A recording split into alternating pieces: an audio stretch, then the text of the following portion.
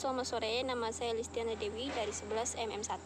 Di sini saya akan menjelaskan sedikit materi dari harmonisasi hak dan kewajiban asasi manusia dalam perspektif Pancasila.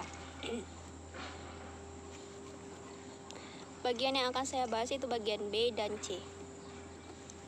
Bagian B itu substansi hak dan kewajiban asasi manusia dalam Pancasila.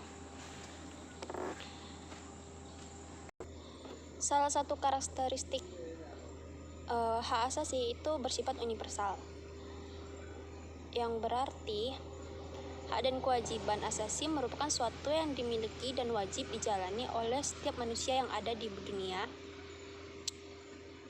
meskipun berbeda-beda suku, ras, dan agama. Oleh sebab itu, setiap manusia berhak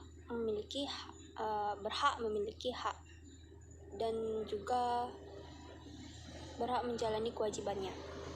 Akan tetapi, setiap manusia di dunia menjalaninya dengan berbeda-beda. Seperti halnya di Indonesia, hak asasi manusia itu tergantung atau diikuti sejalan dengan Pancasila. Ada 3. Yang pertama dasar, yang kedua instrumental, yang ketiga praksis. Yang dasar itu adalah hak dan kewajiban manusia melalui dasar Pancasila, seperti ketuhanan yang Maha Esa, menjalankan ibadah sesuai dengan agamanya masing-masing, kemudian kemanusiaan yang adil dan beradab, yang dimana manusianya tuh harus sama-sama adil.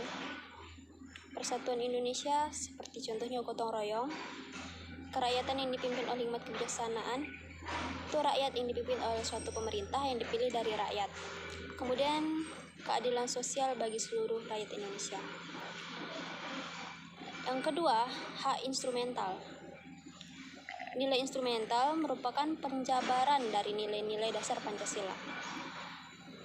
Nilai instrumental sifatnya lebih khusus dibandingkan nilai dasar. Dengan kata, perwujudan nilai instrumental pada umumnya berbentuk ketentuan-ketentuan yang terdapat pada undang-undang, ketetapan MPR, dan lain-lain. Kemudian, yang ketiga itu hak dan kewajiban asasi manusia dalam nilai praksis nilai-nilai Pancasila. Nilai praksis merupakan realisasi nilai-nilai instrumental suatu pengalaman atau praktik dalam sehari-hari. Hak asasi manusia dalam nilai praksis dapat terwujud apabila nilai instrumental berjalan. Dan jika tidak berjalan, maka hak praksis tidak akan berjalan juga. Bagian C, kasus pelanggaran hak asasi manusia.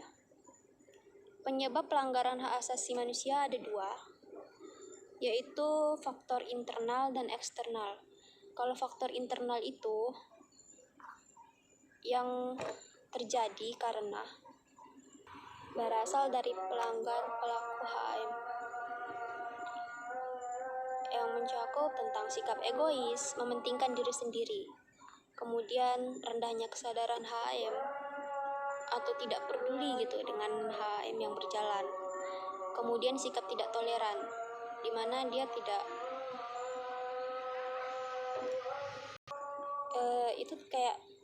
menghargai pendapat orang lain, maunya pendapat dia sendiri yang dihargai.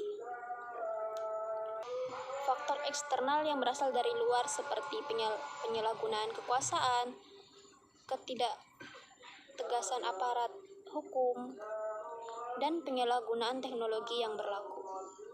Kemudian kesenjangan sosial dan ekonomi juga mempengaruhi tentang kasus pelanggaran HAM.